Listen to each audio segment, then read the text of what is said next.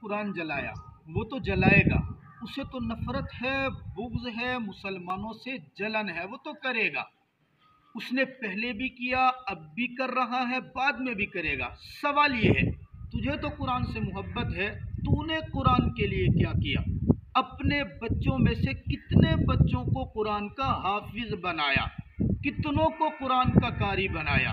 कितनों को कुरान का आलिम बनाया?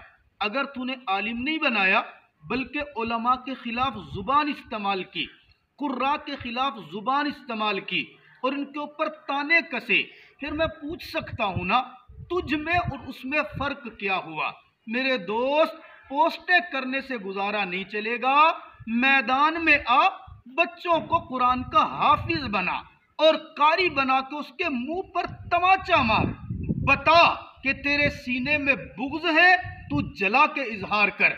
मेरे सीने में मोहब्बत है, मैं कुरान का खादिम बना करके दिखा दूंगा।